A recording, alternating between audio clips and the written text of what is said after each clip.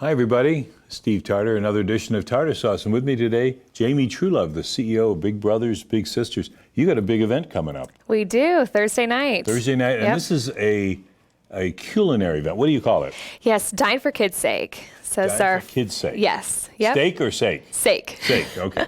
Didn't know if it was steak, but it could be. But I want you to explain it, Jami, because it's quite an event. Right. This is our fourth year. Each year we've brought in a different chef from out of town. This year we're kind of doing a different twist to it and having 4 local chefs.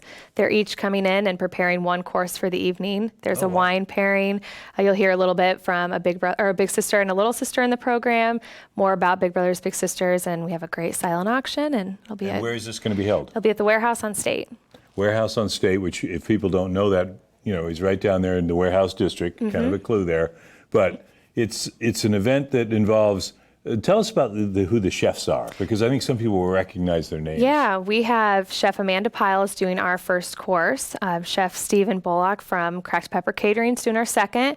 Chef Dustin Allen from Edge is doing our third and main course. And then Chef Brian Jenkins from Harvest is doing our dessert. Wow, you've got that covered. Yeah. And what does it cost for somebody who wants to get involved here, make that donation to Big Brothers, Big Sisters? Yep. A ticket is $125 per person. We do have sponsorship levels as well, which you can find on our website, but the individual tickets are $125. And if you go to a big city, and Peoria, not a big city, but it wants to be sometimes, you'll spend $125 on a meal. Maybe you didn't plan on it, but you will. But here it's a donation for Big Brothers, Big Sisters. And I think some people may think they know about the organization, but tell us what it does. Right. So we're a mentoring organization. We work with youth in our local community. We're actually one of nearly 300 Big Brothers Big Sisters agencies nationwide.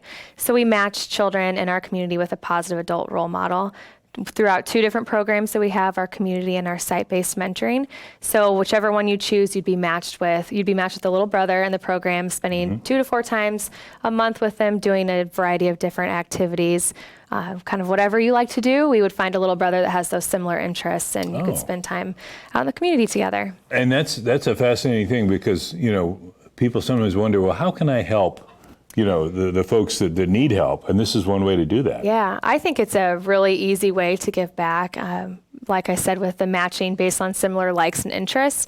My little sister and I, we like to go out to dinner. We went to Elevate this past week, just going on walks, just doing a variety of different things that I already like to do, and just including a child that might not have that same experience. And you were saying, why I was asking you, where do you get your children? And you were saying they come to you. Yeah, it's all word of mouth. We don't recruit for children in our program, and we still have a wait list of 100 kids right now. 100 kids?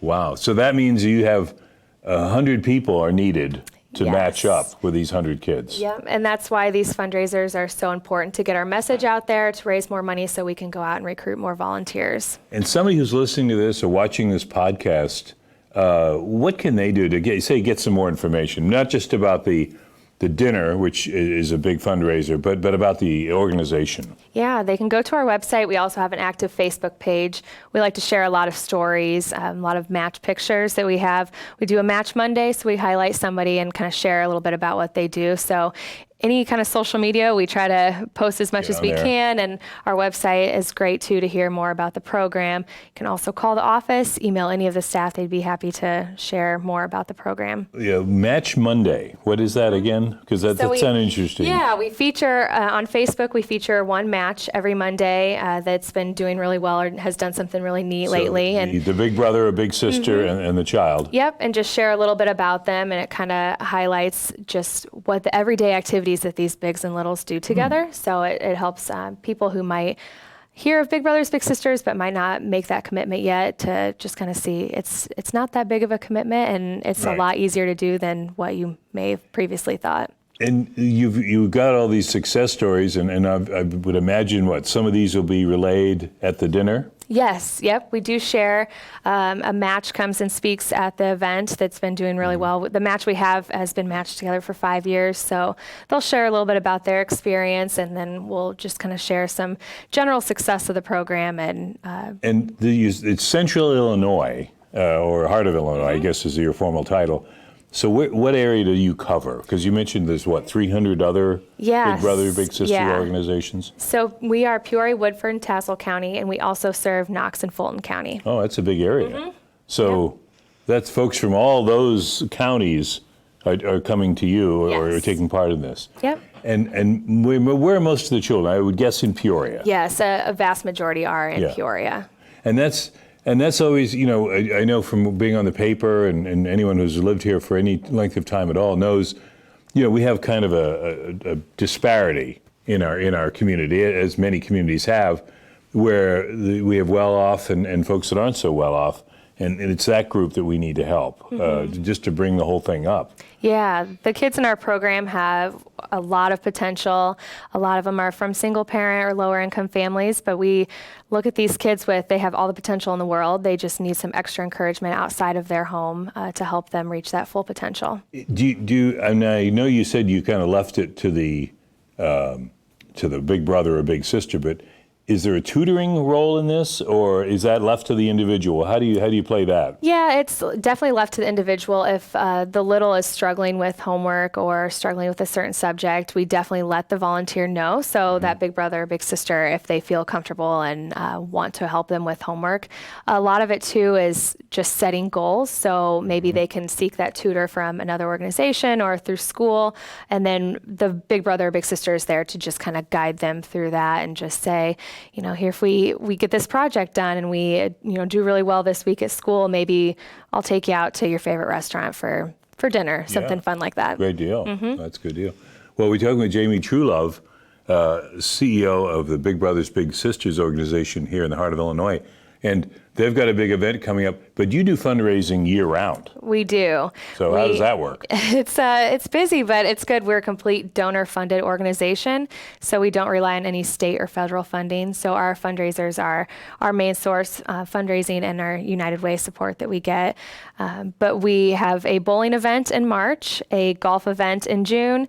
We do a luau in August, and then we do this event in October. Gotta mix it up a little bit there with everything. So a variety of everything. So we appeal to every person in our community. And I know, fundraising is always, sort of a hard task or a constant task for every organization.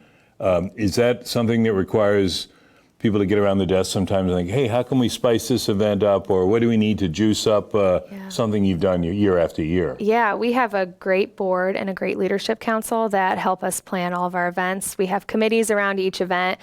So our newest event was our luau that we had just completed. And we had a leadership council, so a group of kind of young professionals in the community that were looking for a board experience, but not exactly a board of directors. And they planned that entire event together and put that on. And then our board has been excellent about supporting us at. Just out of curiosity, where did you hold the luau event? That was at Cruisins on Farmington Road. Well, that makes sense. Yeah. They got kind of a tropical theme going there. Yeah. So do you think maybe you'll have a new event as time goes on, or is that left to your board or your groups to decide that? Yeah, I think we are looking to grow our 4 events. So we sell out pretty much every year with our golf and our dine event, but bowling has all the potential in the world to continue to grow. It's our biggest fundraiser, but Bowling is, yes. That's interesting because, if you look around, you don't see the bowling alleys you used to. I mean, Right. Peoria's, like many other towns, was a big bowling town, but bowling's kind of fallen off a little bit in general, I guess, leagues and so forth. Yeah. But I guess when you have a specific event, now where do you hold that? We have it at Landmark and at Mount Holly. So both the bowling alleys, they are really supportive and great to work with. It's been a good event. We can get a lot of our bigs and littles to come out to that, as well as a lot of businesses bring out their employees and kind of have it be a team building activity. Given the plight of the bowling industry, they might want to say, "Hey, why don't you do that every month?" Right. Well, we'll do that, but obviously you've got to time these things out. What do you find now? Because I know you mentioned you're pretty independent. You don't receive funding from either federal or state areas. Is that becoming an increasing problem for a group like yours? I mean, is it because I'm thinking. We all know about the budgetary issues in Illinois. Sometimes we make too much of it, but it's a fact. How does that go? You've been there nine and a half years, you said. Yeah. So I've seen our agency have support from the federal and state funding, but our fundraisers continue to grow, and our community is so giving that we have decided to completely rely on local So one time support. you did have. We did, Oh, yes. okay. Yep. And our national office has the opportunity to get federal funding, but it's very hit or miss. And so our fundraising has been very consistent and very strong. I think our fundraisers are ones that people have heard of and continue to support year after year. We're grateful to see the same people coming out to our bowling event and our golf event every single year. So it's been Great. awesome to have. I think people aren't probably, I include myself, aren't aware of the work that it takes to plan. I mean, because they say, oh yeah, it's a charity event and here we go again, but that somebody as a group of people probably have to sit and work that out. Yes. And then try to come up with ways to keep it fresh. Yeah, absolutely. Making it exciting and making it something that people want to continue to come back to. It definitely is a lot of work, but it's a lot of fun planning it. Now, we're talking with Jami Truelove at Big Brothers Big Sisters. How did you get involved with the group? I actually had never heard of Big Brothers Big Sisters before I saw a posting online about the position and kind of researched, and I just really enjoyed the mission of the agency. And so I started off doing case management 9.5 years ago and worked my way up to doing a variety of different tasks. So I've done everything within the agency. I do, but I love it. And it's a great program. I love getting to know the kids that we serve, and all the volunteers we have are so wonderful. So it's something new and exciting every day, and it's a lot of fun. Do you get to go to see other Big Brother, Big Sister organizations? You guys, maybe you don't visit them per se, but you sharing in terms of what works, what doesn't work, or problems you guys have, the similar problems? We're involved with our Illinois State Association, so it's all the Big Brothers Big Sisters in Illinois, and we also have regional and national conferences. So my staff gets to go to a regional conference in November, a great opportunity for them to kind of network with their peers and to make sure that we're all kind of doing the same thing and on the same page and getting some new, fresh ideas from other agencies. And so how big is the staff at Big Brothers Big Sisters here? yeah, we have a staff of 10. So that's putting a lot of work on a few small people. but mighty, yes. Yeah, there you go. Yep.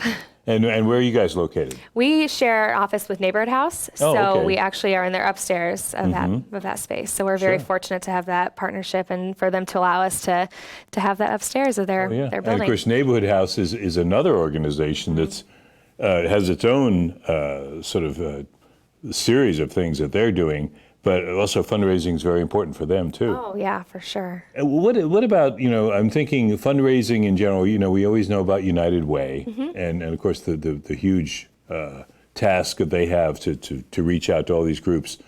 Is that becoming more difficult in the Central Illinois area in the time you've been there? Or I know you've got a good system going and you've been able to develop, as you say, four good fundraisers a year. How do you see it across the board with other groups? Is it tough? I think that there's definitely a lot of events in our community and there's a lot of charities, but I think that what we're really working towards and what United Way pushes is kind of collaboration. So making sure we're not duplicating programs, and if there is a way to collaborate, that we do so. So I've met with many other nonprofits in the community to share what we do and to learn what they do so that we can refer our families to whatever organization whatever service they're providing. How do you work that as far as timing? Because I'm thinking surely there's going to be times when groups hit the same weekend or the same night. With events. I mean, do you try to avoid that, or how do you avoid that? We do. I think a lot of the fundraisers in our community kind of have a set schedule for when they happen. People know, it's time for the bowling event or time for, And there's United Way has a good group that meets, and the executive directors talk about when events are coming up. So it's a lot of helping each other out and supporting each other and trying not to have events on the same night. You mentioned one thing, Jami, that I think is always interesting now in this 21st century that we live in, getting the word out.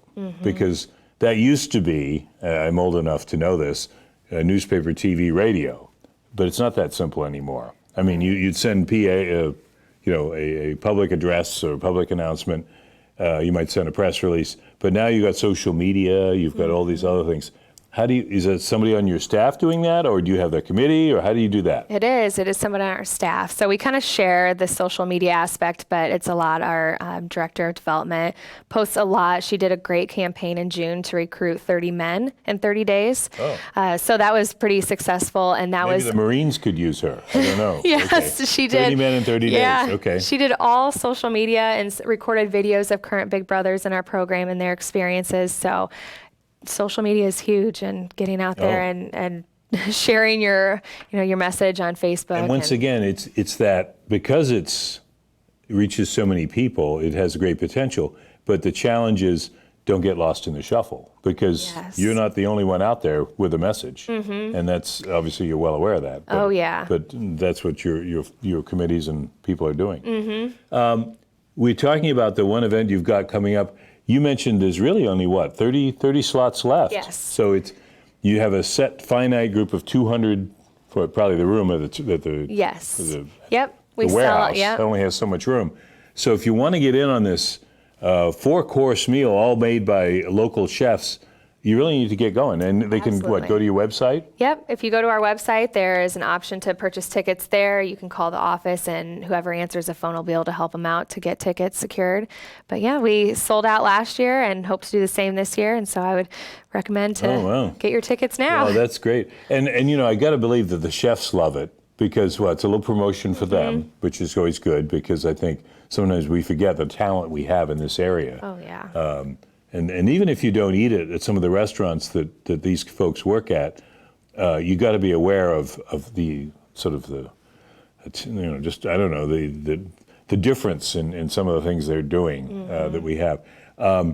Did you go out and scout these folks first? Did you go to all the restaurants and check them out? So our committee worked together to kind of find 4 people that we thought would be really great for this, and we've been very lucky to have their support, and they've been very excited from the start. So it's been fun planning. It's definitely different with 4 chefs than compared to one in the past, but I'm really excited to see how it goes. The old adage of too many cooks in the kitchen doesn't apply here. Okay. Nope.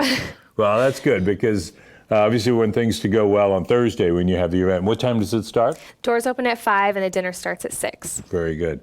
And that's just one of a number of fundraisers. What will you do? This is the last one of the year. Okay, so we're in October. Yes. So what's next in your planning career? Are you already shooting into 2020? Yeah, we're starting with 2020, but we actually end the year with giving our Big Brother and Big Sister of the Year award in December. So we will have that event next. The Big Brother, Big Sister award, is that to the folks that are taking care of the child, or how do you determine that? So this year we're doing something a little different with that too. We had our staff nominate bigs that have been in the program for a few years with their little and have done a really great job. We narrowed it down to 3 men for our Big Brothers and 3 women for our Big Sisters, and then our top 20 donors are actually voting on who gets that award this year. Oh. Yeah. And how would they decide that? They would talk to those people or interview them? Yeah, we have a little write-up about them and kind of their experience so that they can learn a little bit about what they've done, kind of see their match length, their affiliation with the agency and how they support us. And so it'll be... And that's another good thing, because when you reveal that winner, that's an opportunity for someone to say, oh, I could do that, or I should do that, or something.